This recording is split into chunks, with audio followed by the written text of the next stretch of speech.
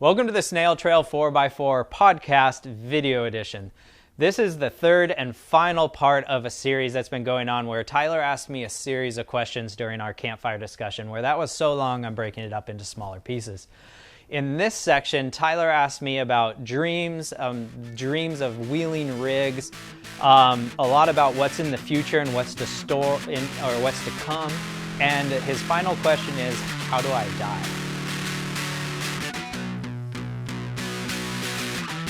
Cool. What is your dream off-roading vehicle build? Really quick, from the ground up, how would you build a vehicle if you could build a vehicle any way you wanted to? I don't know. I have so many ideas in my head of things I want to do. The first one that kind of came to mind was an FJ45. Okay. So it's an FJ40, but it has a truck bed version. Yep.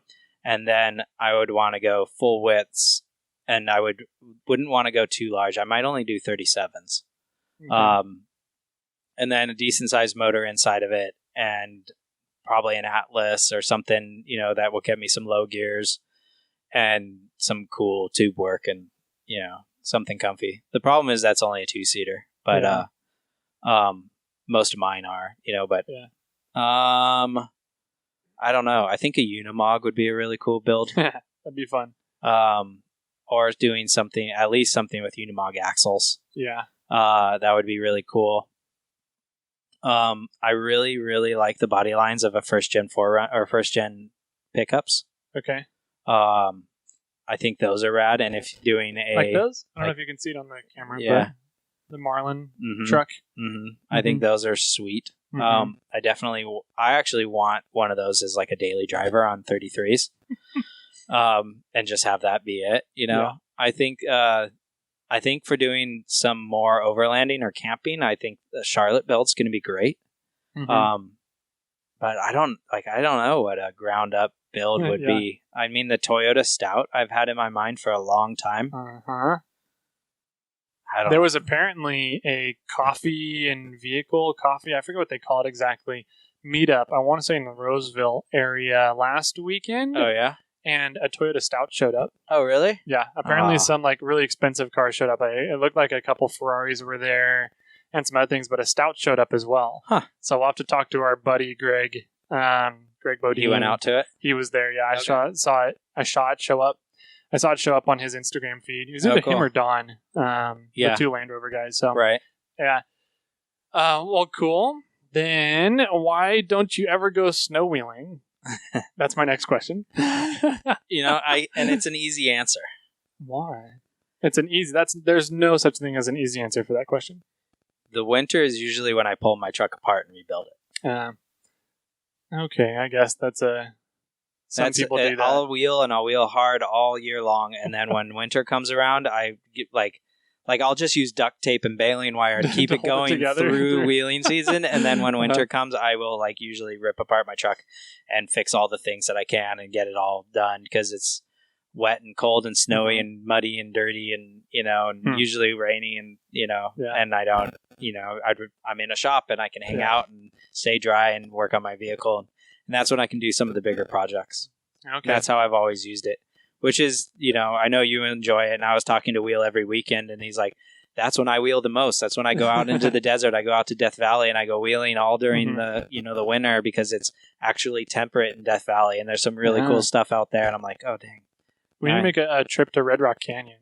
Yeah. Sometime. There's a lot of good wheeling trails out there. Yeah, too. I was down at Jawbone earlier this year, and it's right there, right next to Red Rocks and, the Mojave. And it's really cool down there, too. We'll do that later in the year when it starts cooling down a little, but Nice. What's your favorite axle? Probably a Dana 60, even though I don't own one. A Ford 9-inch would be pretty cool. I don't have much experience with them. But I mean, the Dana 60 is just it's stout, it's beefy, it's everywhere, so you can get parts for it if you're having any problems.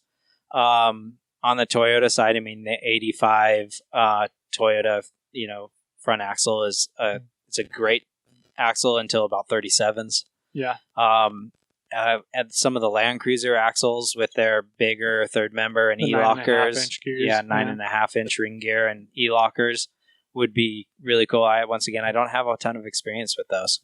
I think, a great build would be using those Land Cruiser axles underneath the truck. I mean, I think pretty much like what our buddy's doing up in Placerville area, Chai. Chai. Yep. Yeah. I mean, that sounds like the perfect, you're still Toyota. If you want to stay all Toyota, you're still Toyota. You can go some big tires on them. Yeah. And, you've got some big beefy components with those. Nice. So, what is your favorite tire? Do you have a favorite tire or just whatever you have at the moment? Yeah, no. I've got a few tires that I wish I had. Definitely the Trepadors. Okay. Those are pretty amazing tires. Yeah. I've heard mixed reviews on the MTRs lately. But the ones with Kevlar? No, well, I don't know. Maybe one of those would be fine. The Nitto mud trains, I would definitely rock. Okay. Those things are pretty legit. The trail grapplers? I don't think those is that one. Is it? I don't want the one that has the big triangle wedges that cross each other. Okay, no, they have. That would be the trail grapplers. Yeah, they have a mud terrain tire that looks similar to the old MTR style, with just little triangles that dip each way. Yep. Those are pretty cool. But I think if I had whatever resources, I would get the Trepadors. The Trepadors. Yeah. Yeah. And probably in a sticky compound. If I have unlimited money, I would just, probably have a really nice tow rig then and everything. Yeah. But yeah, those things they just look gnarly. They are freaking awesome, yeah. I wonder how those new Mickey Thompson ones I was going to ask you what you thought about those ones. I think they look cool, but I haven't heard anything about them. I can't imagine they would be any comfortable to ride on any surface in. No, I agree. I don't know. Definitely not on the road, but I don't think they're made for that, you know. But I wonder I haven't heard anything about them. I haven't either. Yeah. I saw some pictures from Easter Jeep Safari with some rigs on them, and I was just looking at it, I was like, it doesn't even look like you would want it for rocks because there's not enough surface area of the tire to grab onto the rocks. Yeah. I don't know. When I was really young, I always wanted the Baja Claws. Oh, yeah? Yeah. I thought those were cool. Yeah. And, I don't know. Just because, once again, it's probably the similar thing as the Trepadors. It's massive tread. Yeah. Big lugs, wow, that looks awesome. I want the Trepadors just because I use my sidewalls a lot for stuff. Yeah. What is your favorite engine out of a vehicle? Any vehicle, any engine? I love the 22RE. Mm-hmm. It's stout. It's bulletproof. You can tweak them in all different kinds of directions. You don't get a ton of horsepower. You don't get a ton of torque, but I don't, to me, I don't really care. My goal is not my goal is not to really do the hardest part of the trail. My goal is to get to camp and hang out with friends. Yeah. I have a lot of friends, like my buddy Jason, who has a tubed buggy. Yeah. Has the 22RE motor in it. Yeah. And it, he can go and do the craziest things in that buggy, and the motor works fine. It's you don't need a ton of horsepower to do rock crawling. No, and that's really, I don't want to say there's very little off-roading times when you need a ton of horsepower, but there are times when you could use more. Times when you could use more, but there was a couple of incidences that just all wrapped together for me to put this into perspective. Mm-hmm. There was an article just came out from Modern Jeeper that said, don't spin out, winch out. And that just refers to, don't destroy our trails, tread lightly. Yeah. If you're in a spot where you are losing traction, don't spin out, because spinning out just makes you lose traction even more. Right. Just winch out and don't destroy the trail. It'd probably be quicker to get you out that way anyways. So that, and then there was a lot of people, somebody made the comment from the Sourgrass trip I was on this weekend, and they said, it's really interesting watching you wheel because everything is very smooth.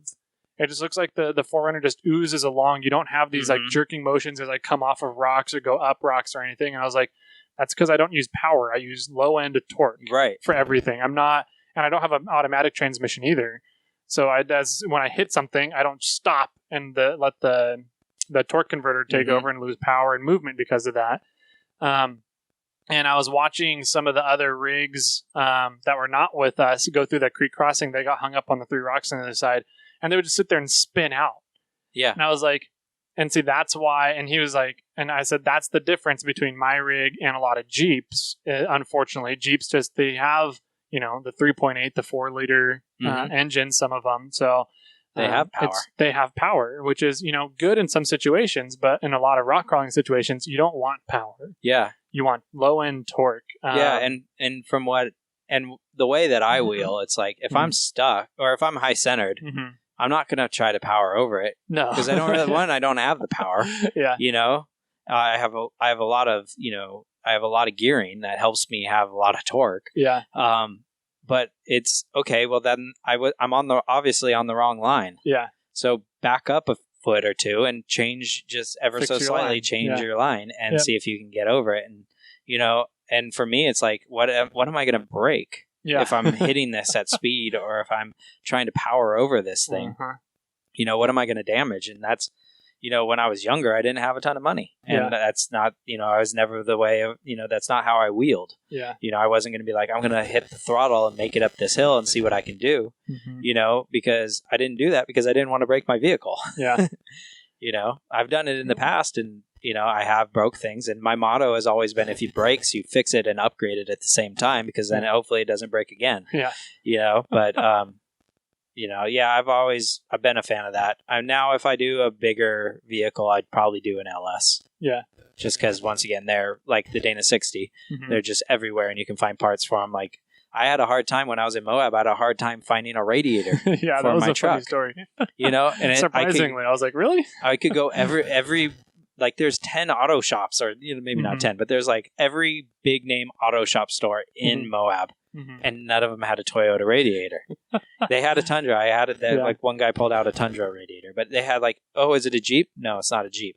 Like, they had everything for Jeeps, but they didn't have Toyota stuff. Yeah. So, if you're building things to go into like many different places around the world, I would take into consideration of what is available in many places of the world. Yeah. Or if you're only going to wheel in one place, then think about, like, okay, well, how hard is it for me to get home? Or do I have that spare part? Or where's the closest auto parts store that might have these parts, and then start building it in that direction. So the 22RE or an LS? Yeah, probably. Nice. Cool. Coils or leaf springs? Or quarter ellipticals? If I had a choice, I'd do ORIs. Ooh. Interesting. Why ORIs over anything else? Because they have their shocks. They're also compressed. They're kind of like air shocks, so you don't need a spring or anything for them. They also have limiting capabilities inside of them, so they could act as limiting straps. And they also have bump stop capabilities built inside. Oh, I didn't know that. So you could do ORIs. all that stuff with that one strut. Yeah. And so now they're not great for high speeds. Like, they blow out during King of the Hammers and, desert racing and things of that nature. But for rock crawling, there's probably, like, if you go watch any of those Wii Rocks or the rock crawling competitions, they're all running ORIs. One is because they're great, and they have ways to spin fluid to one side or the other, so that, like, if they get too far open, like, they'll start dampering for you and things of that nature. And so I would do that. Now, leaf springs are definitely the cheapest way to go, and that's probably why a lot of Jeeps make fun of Toyotas, because we'll all go just leaf springs. Yeah, and leaf springs are great. But definitely coilovers are an upgrade. Quarter ellipticals would be fun. A 3/4 elliptical would be. I've always wanted to try and check it out. Yeah, I actually tried it on the RC crawler to see if it would work, and it didn't work. But I thought that would be always just something to try and test, And then coils and coilovers would be a definite upgrade from those things. So cool. IFS or SAS? Depends on what you're doing. Okay. If you're doing like trail runs or just fire roads or high speed desert, and things like that, I would definitely do IFS. If you're going rock crawling, I would do solid axle. Okay. If you're doing King of the Hammers, it looks like IFS is the way to go. But I don't have, the capabilities of beefing up an IFS like they need. But maybe one day. Yeah. I'm sure once they get all the bugs worked out and get it so it's a consistently like every single spot in the top 10 is IFS. Yeah. The technology will come down to the everyday person, kind of like what Marlon's doing right now. Yeah. So I think they're almost there, honestly. I do too. But I think it's more of a matter of, of what you're up to. I think IFS is eventually going to be kind of the way to go. But it's also like one of those things like it's super expensive to do. Yeah. And you've got to beef up a lot. And there's a lot of moving parts and things like that where you get a Dana 60 and it's solid and stout and, it's not as much to worry about in a way. And they're proven, to be really, really strong. Yeah. And, but it also matters on what you're doing. Yeah. That's whatever type of wheeling you're going to be doing is kind of determined with what you're going to do in the front. Cool. Should a vehicle be built in stages, quote unquote? Do you know what I'm referencing there when I think I know it, yes. Okay. I would say no if you can skip it. Okay. If you can't, then definitely go by stages. Mm-hmm. But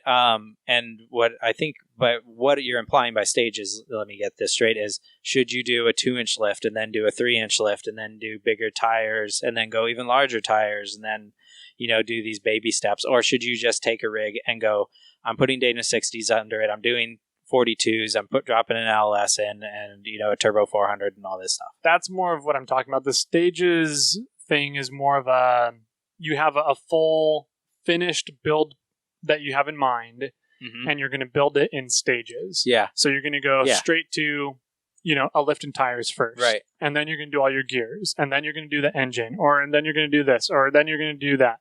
So you kind of, instead of, you're categorizing your build instead of working your way up to the final thing. Right. You're just jumping to the final object. Exactly. Right. So instead of me lifting my truck and putting 33s on and then lifting it and putting 35s and then lifting it more and putting 37s, should I have just jumped to 37s that first time? Mm-hmm. I would say yes, you should do that. Okay.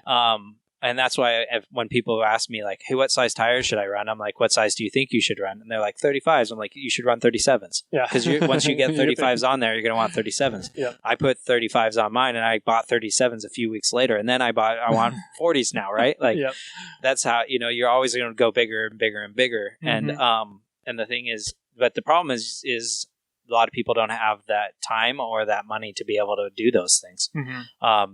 So I'm always a fan of built over bought, but the cheapest way to get into this is to go out and find a rig that's already built. Yeah. And, you're going to spend way more money slowly building this up instead of, spending a little, or you're spending a chunk of money up front to build, the ultimate rig that you want with a final verdict. Yeah. So, if you have the means and the time and the effort to go fully into it, then I would say that's the route you should do.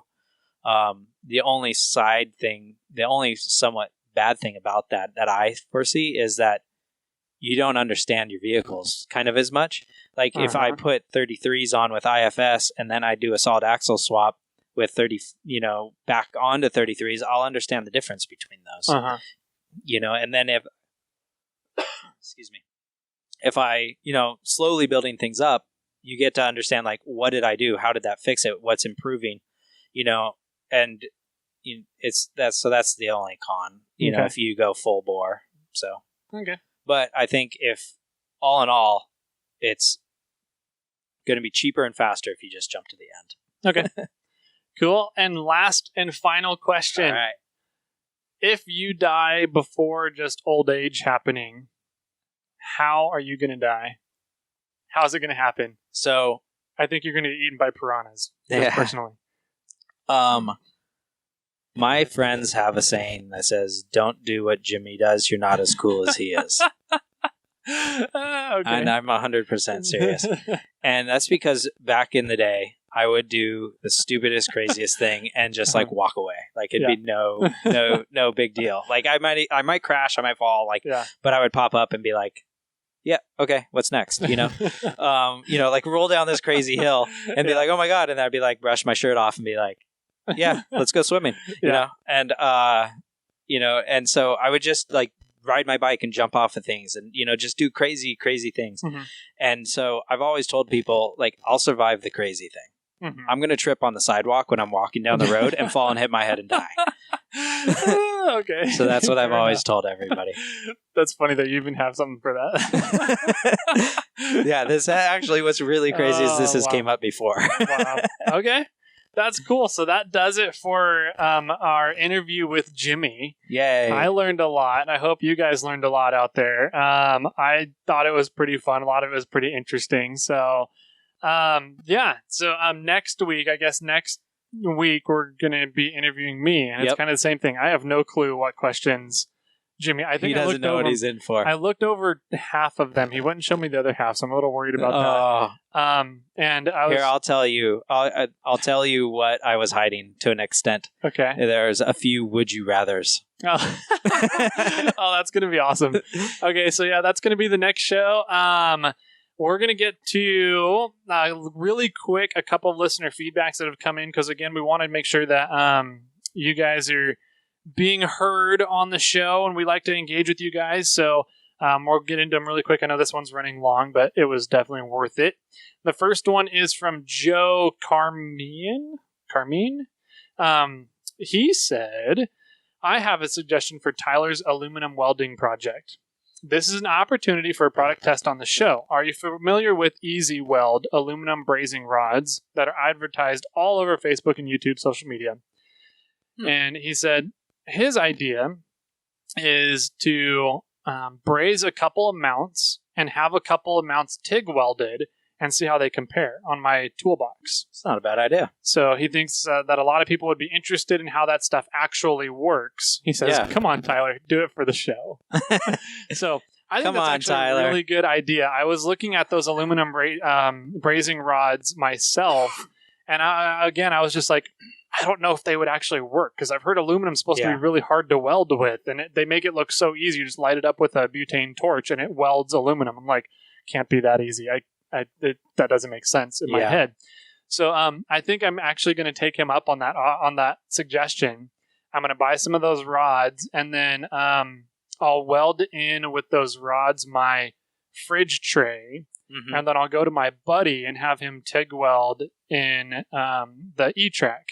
Yeah, for tie down points, and we'll see how everything kind of holds up over time and see how it works. Oh, that's cool. So, I'm excited. I'm going to do it. It'll be fun. It'll be a good kind of lesson to report on the show, and maybe we'll make a couple of videos out of it as well on the YouTube channel. So that was the first one. That's an awesome suggestion, Joe. Thank you. And the second one is from my buddy Matt, who's a Ford Ranger guy from down the Fresno area. So he said, congrats on the first episode. I finally got a chance to listen to it, and he has a question for the two of us to answer. He says, if Toyota trucks are so reliable, why are you two always having to wrench on them? and then he says, just kidding. Can't wait for more episodes. Your Ford Ranger wheeling listener, Matt. So nice. Matt's a good buddy. I wheeled with him quite a few times now.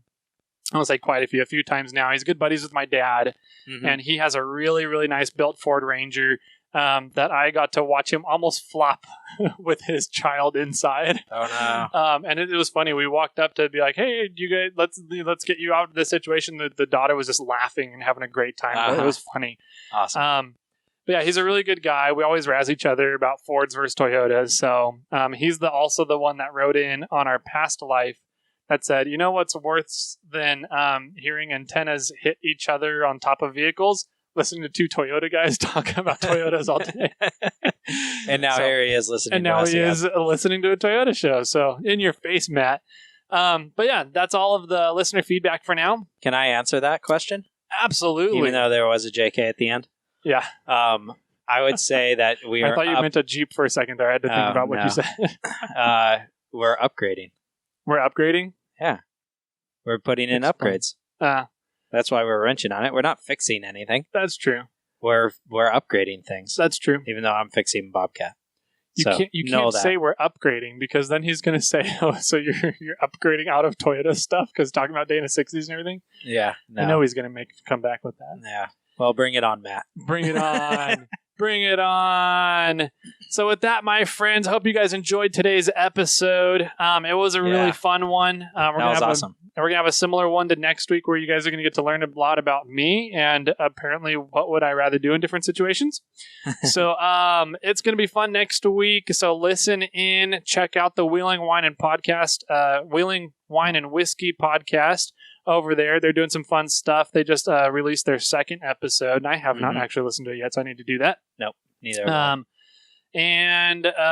Check it out. If you have any ham radio questions, go to myoffroadradio.com. If you want to check out the Morphlate, there's a video on there as well with Jimmy and I talking about the Morphlate.